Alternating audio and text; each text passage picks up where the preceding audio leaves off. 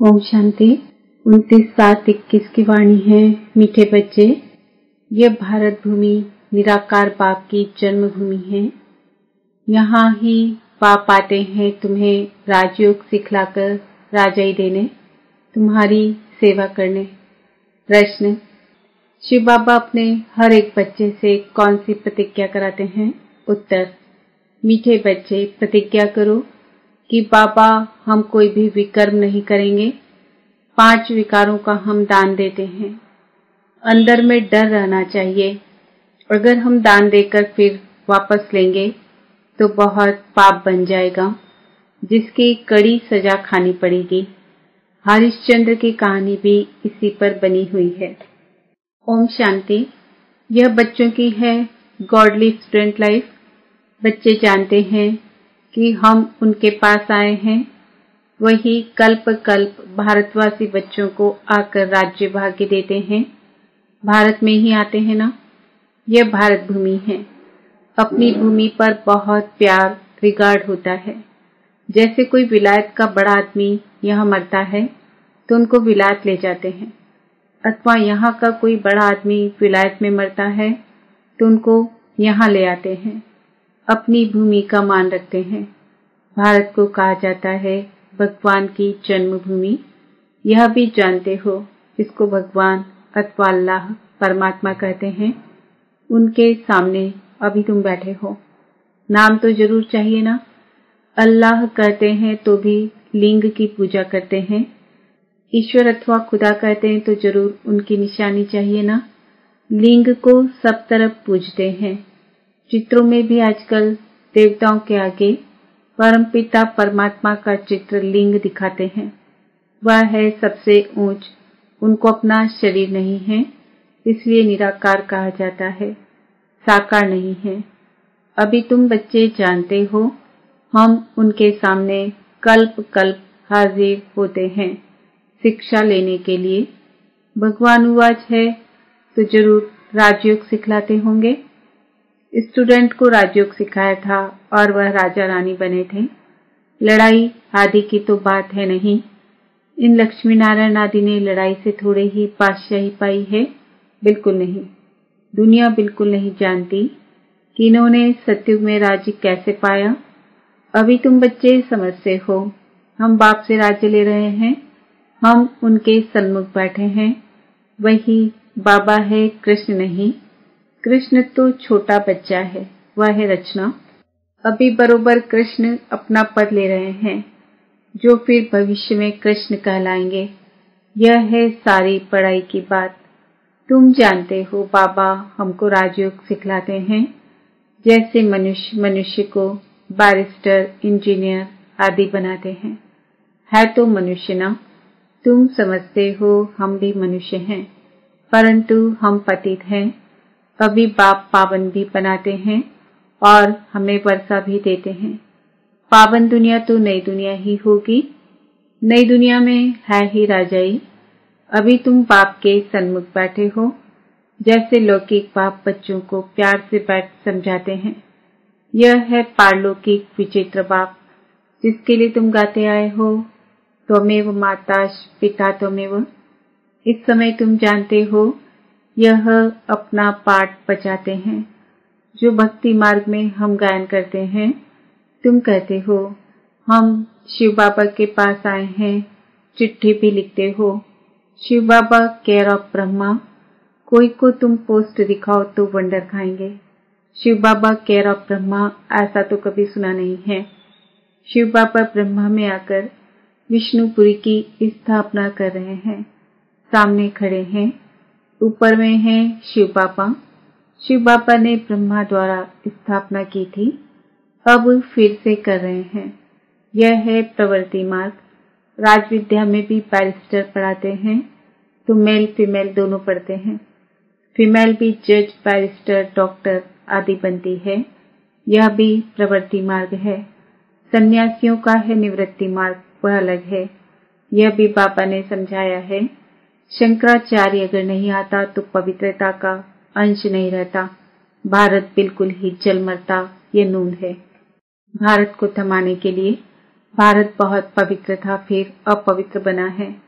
अभी भारत कितना कंगाल है। कहते हैं सोने की लंका समुद्र के नीचे चली गई। अब लंका तो सोने की हो नहीं सकती। यह सब कहानियां बैठ लिखी है जिससे फायदा कुछ भी नहीं। तुम बच्चे जानते हो बरोबर बाबा हमको बिल्कुल सहज याद के बल से कितना ऊंच बनाते हैं। बाप प्रतिज्ञा करते हैं अगर निरंतर याद करने का पुरुषार्थ करेंगे तो विकर्म विनाश हो जाएंगे।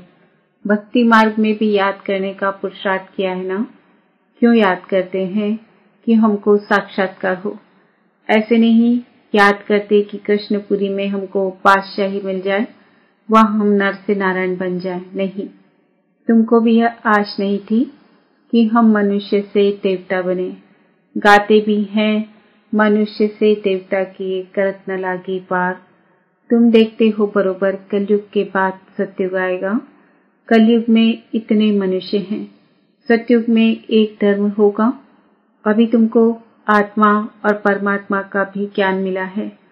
दुनिया में एक भी मनुष्य नहीं जिसको आत्मा का ज्ञान हो।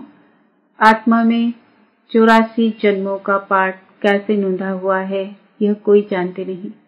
यह अक्षर भी कभी कोई से नहीं सुने हैं। बाप तो है ज्ञान का सागर, पतित पावन निराकार। तुम जानते हो हमारी आत्मा अब पाप आत्मा से पुण्य आत्मा बन रही है। सतयुग में तो है सब पुण्यात्माएं, यहाँ है पाप आत्माएं।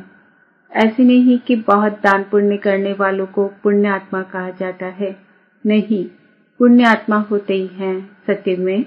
यहाँ जो मनुष्य दान पुण्य करते हैं उनको पुण्य आत्मा समझते हैं। वहाँ तुमको दान पुण्य आदि करने की दरकार नहीं रहती। वहाँ गरीब कोई होता ही नहीं। तुम वहाँ सदैव के लिए पुण्य आत्मा हो ही।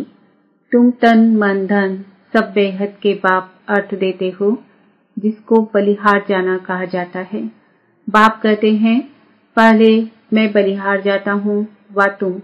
बाबा कहते हैं पहले तुम बलिहार जाते हो, तब फिर 21 जन्मों के लिए बलिहारी मिलेगी। यह बातें अभी तुम अच्छी रीति समझते हो, डायरेक्ट सुनते हो। घर में रहते हो तो वहाँ मुरली आती है, दूर से सुनते हो। अभी तो बाप के सन्मुख बैठे हो। बाप कहते हैं बच्चों मैं तुम्हारा बाप भी हूँ। यहाँ अंधश्रद्धा की कोई बात नहीं। बाप भी है, टीचर भी है। बाप का बनने से वह शिक्षा देते हैं। तुम्हारी बुद्धि में अब सारा ज्ञान है। 84 का चक्र भी तुमको समझाया जाता है। जो 84 जन्म लेने वाले नहीं होंगे वह समझेंगे नहीं। तुम समझते हो बरोबर हम 84 का चक्र लगाकर अब वापस जाते हैं। बाप कहते हैं तुम आत्मा अशरीरी आई थी, फिर अशरीरी होकर वापस जाना है। तुम पवित्र आत्माएं होकर जाती हो। पवित्र बनने के लिए तुम पुरुषार्थ कर रहे हो। योग बल अर्थात याद बल से तुम पवित्र बन जाएंगे। योग अक्षर शास्त्रों का है, राइट अक्षर है याद। स्त्री को पति की अथवा पुरुष को पत्नी की याद रहती है ना। योग का अर्थ ही है याद। बाप भी कहते हैं मामेकम याद करो और संग बुद्धि योग तोड़। मुझ अपने बाप के साथ बुद्धि योग जोड़ो, याद करो। जितना याद करेंगे उतना तुम्हारे विकर्म विनाश होंगे। बरोबर भारत को कल्प कल्प वर्षा मिलता है। शिव जयंती भी मशहूर है। जैसे बुद्ध क्राइस्ट आदि की जयंती है वैसे निराकार शिव की जयंती है। वह ऊंचते ऊंच हो गया। कृष्ण जयंती भी मशहूर है, परंतु वह क्या करते हैं यह किसको भी पता नहीं है। कृष्ण सतयुग का प्रिंस था। जरूर उनको कोई ने ऐसा कर्म सिखाया होगा जो सतयुग का प्रिंस बना है। छोटा बच्चा तो पवित्र ही है, वहाँ विकार की बात नहीं होती। बच्चा शुद्ध रहता है। भगवान तो एक ही निराकार है, गॉड इज वन। बाकी सारी है रचना। रचना से कभी रचना को वर्षा नहीं मिल सकता है। वर्षा बाप से मिलेगा। भाई को भाई से वर्षा नहीं मिल सकता। तुम सब भाई भाई हो। ब्रदरहुड कहते हैं ना। बाप तो एक ही है, वर्षा बाप से मिलेगा। सर्व भाइयों का सद्गति दाता एक बाप है। सभी आत्माओं को बाप से वर्षा मिल रहा है। बाप कहते हैं, मैं आत्माओं को आकर पढ़ाता हूँ, आत्माओं को सद्गति देता हूँ। बाप बैठ राजयोग सिखलाते हैं। इस पढ़ाई का पद तुमको यहाँ नहीं पाना है। वह बैरिस्टर आदि इस जन्म में बनते हैं, फिर दूसरा जन्म लेकर फिर से पढ़ेंगे।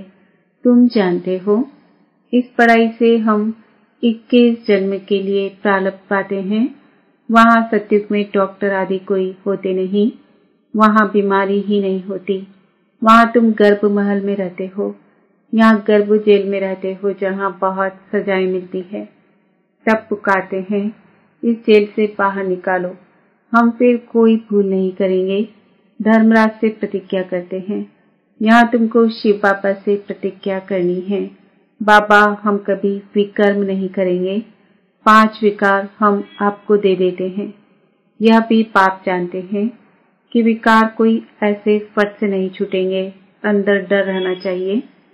हम विकारों का दान लेकर फिर लेंगे तो बड़ा पाप हो जाएगा। जैसे राजा हरिश्चंद्र का मिसाल है। बाप जानते हैं, ऐसे नहीं कि 5 विकार झट से छूट जाते हैं। नहीं, टाइम लगता है।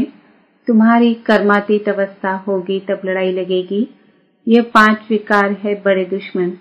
उसमें भी मुख्य एक है देह अभिमान। उसका दान देना कितना मुश्किल है। घड़ी घड़ी बाप कहते हैं, अपने को आत्मा समझ मुझ बाप को याद करो, परंतु यह होता नहीं है। देहाभिमानी बनने से फिर काम की चोट लगती है। देहाभिमान सबसे तीखा है। देही अभिमानी बनने की मेहनत है। मुख्य देहाभिमान आने से ही पाप हुए हैं। 5 विकार दान में देना पड़े, इसमें समय लगता है। साजन बिगर सजनिया तो जा न सके। पहले साजन को जाना है, फिर सजनिया।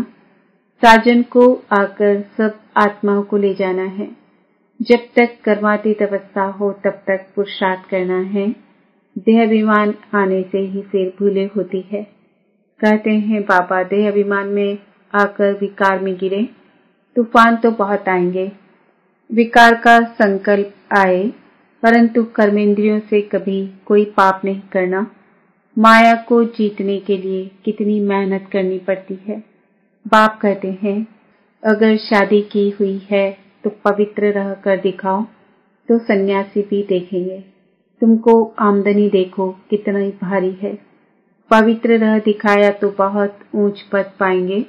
तुम पर तो सब कुर्बान जाएंगे। बाबा भी महिमा करते हैं, बल पवित्र भी रहे, परंतु फिर योग भी चाहिए। योग में ही घड़ी घड़ी विघ्न पड़ते हैं, देह अभिमान आ जाता है।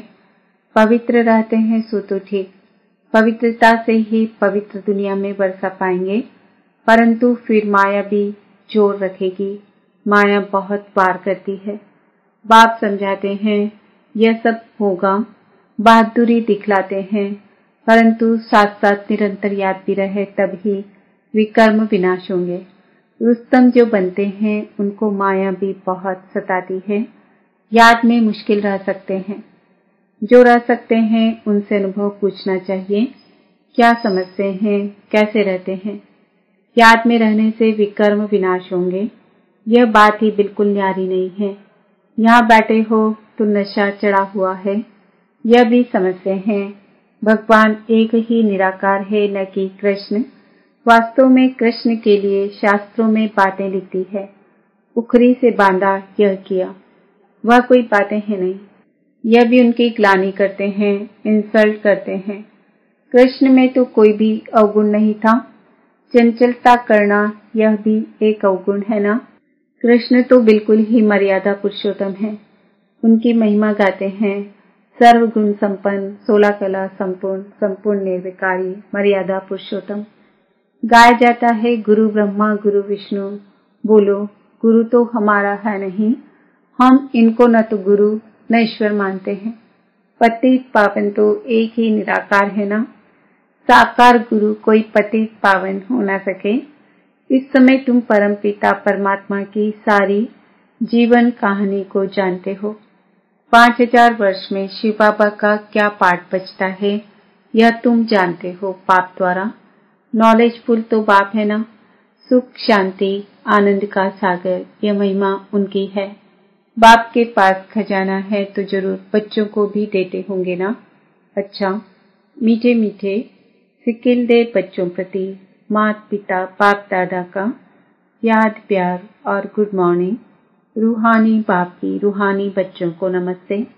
हम रूहानी बच्चों की रूहानी बाप दादा को याद प्यार गुड मॉर्निंग नमस्ते ओम शांति। धारणा के लिए मुख्य सार, कर्मातीत अवस्था को प्राप्त करने के लिए इन कर्मेंद्रियों से कोई भी भूल नहीं करनी है। पवित्र रहने के साथ साथ याद में भी मजबूत होना है। सदा पुण्य आत्मा बनने के लिए तन मन धन से पाप पर बलिहार जाना है। एक बार बलिहार जाने से 21 जन्म के लिए पुण्य आत्मा बन जाएंगे। वरदान, उपराम और एवर रेडीपन बुद्धि द्वारा अशरीरीपन का अभ्यास करने वाले सर्व कलाओं में संपन्न भव।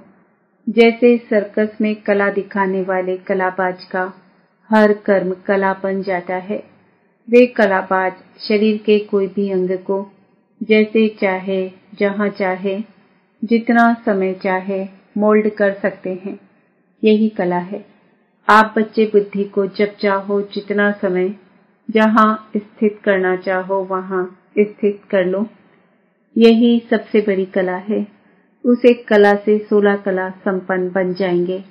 इसके लिए ऐसे उपराम और एवर रेडी बनो जो ऑर्डर प्रमाण 1 सेकंड में अशरीरी बन जाओ। युद्ध में समय न जाए। स्लोगन, सरलता और सहनशीलता के गुण को धारण करने वाले ही सच्चे स्नेही और सहयोगी है। आज का सम्मान है, मैं आत्मा सर्व कलाओं से संपन्न हूँ। ओम शांति।